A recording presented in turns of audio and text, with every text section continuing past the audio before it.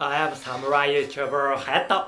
Today I'd like to talk about 10 scams in Japan and how to avoid them. Of course, Japan is a relatively safe country, but there are still scams, so let's get right. The first is rip-off birds. When you come to Japan, of course you want to go out at night and have a few drinks. But it is important not to go to a bar where you will be left off. Depending on where you go, you may be charged 100,000 yen or more for drinks that would normally cost 10,000 yen. The quickest solution is to only pay what the toads tell you to pay and choose a bar and go there by yourself, not by the toads. Be especially careful when you go to Kabukicho in Shinjuku or Roppongi. I got caught once myself. I avoided being ripped off further by pretending that I only had 10,000 yen in cash. The second is padding. For example, if you take an unpopular cab, be careful. If you are charged a high price when you pay the bill, make sure to ask for confirmation. If possible, it is a good idea to confirm the fare in advance. You should also watch out for padded fees at money exchange offices. It is wise to use a trusted major bank or an airport exchange. As you can see, mishandling of money may be a familiar problem for foreigners who do not spend much cash. Be sure to pay close attention and do not hesitate to ask questions if you have any doubts. Third, fake monks. Fake monks will try to get you to buy expensive prayers beds or gomagi, saying things like, if you buy this, you can donate them to help prepare the temple. Be careful. For example, there is especially common in Ueno, Tokyo. It is wise to ignore them if they speak to you in public, as they are fake monks. Number 4 is pickpockets. In crowded places, pickpockets may target you. There's no shortage of cases where wallets and smartphones are easily stolen. Be especially careful on trains and in crowded bars at night. Of course, Japan is a much safer country than other countries, so the possibility is relatively low. But if you lose your passport or something like that, it will be dangerous, so take some precautions. Fifth following topic is about buying goods at much higher prices than the market price. This is not a scam, but you need to be careful not to buy something that you could have bought at a lower price. Be careful not to do something like that. If you want something, try to go into a store that is easily accessible to local Japanese people. For example, if you want to eat something light, go to a convenience store or a supermarket. If you want to buy clothes, go to Uniqlo or G. If you try to buy clothes at high-end stores, you will end up spending money you don't need. Unless of course you need something from a luxury brand, but otherwise, be careful.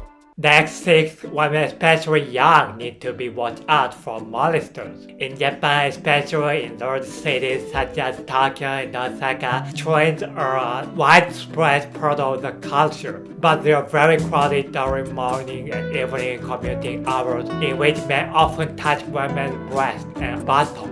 To be careful, it is important to avoid these hours if you are going with women only, or to ride women-only cars. Even if you don't get molested, riding on the train at this time is very stressful. Instantly, when I was in junior high school, the trains were so crowded that my body really felt it. 7th is pyramid schemes. This may not be relevant for a short stay, such as 2 or 3 days, but some people will try to scam you by telling you that you can make money. They tell you to buy this or that supplement or water purifier in order to make money. But even if you actually do, you will have to sell it to someone else. You can make for more money doing something else than putting in that much hard work.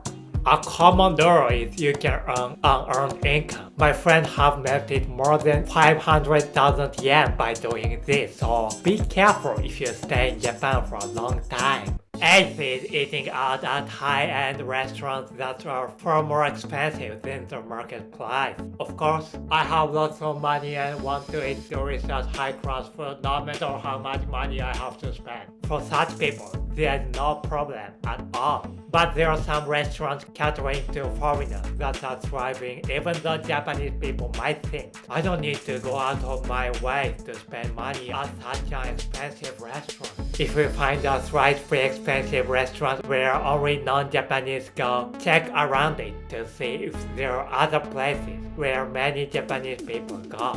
Then you may be able to find a good place to eat. Ninth is the honey trap. While you may want to enjoy cross-cultural exchanges when you come to Japan, it is important not to be careful, especially if you are a man. This is a tactic in which a beautiful woman makes friendly contact with you and eventually swindles you out of your money or valuables. For example, a beautiful woman may talk to you in a bar or nightclub in a friendly manner, and after establishing a trusting relationship with you, she may charge you a large amount of money or steal your valuables in your hotel room. When you are too friendly with someone, you should think about whether or not there is an underlying motive. Finally, try not to commit a crime yourself. First of all, it is prohibited to use or even bring marijuana into Japan.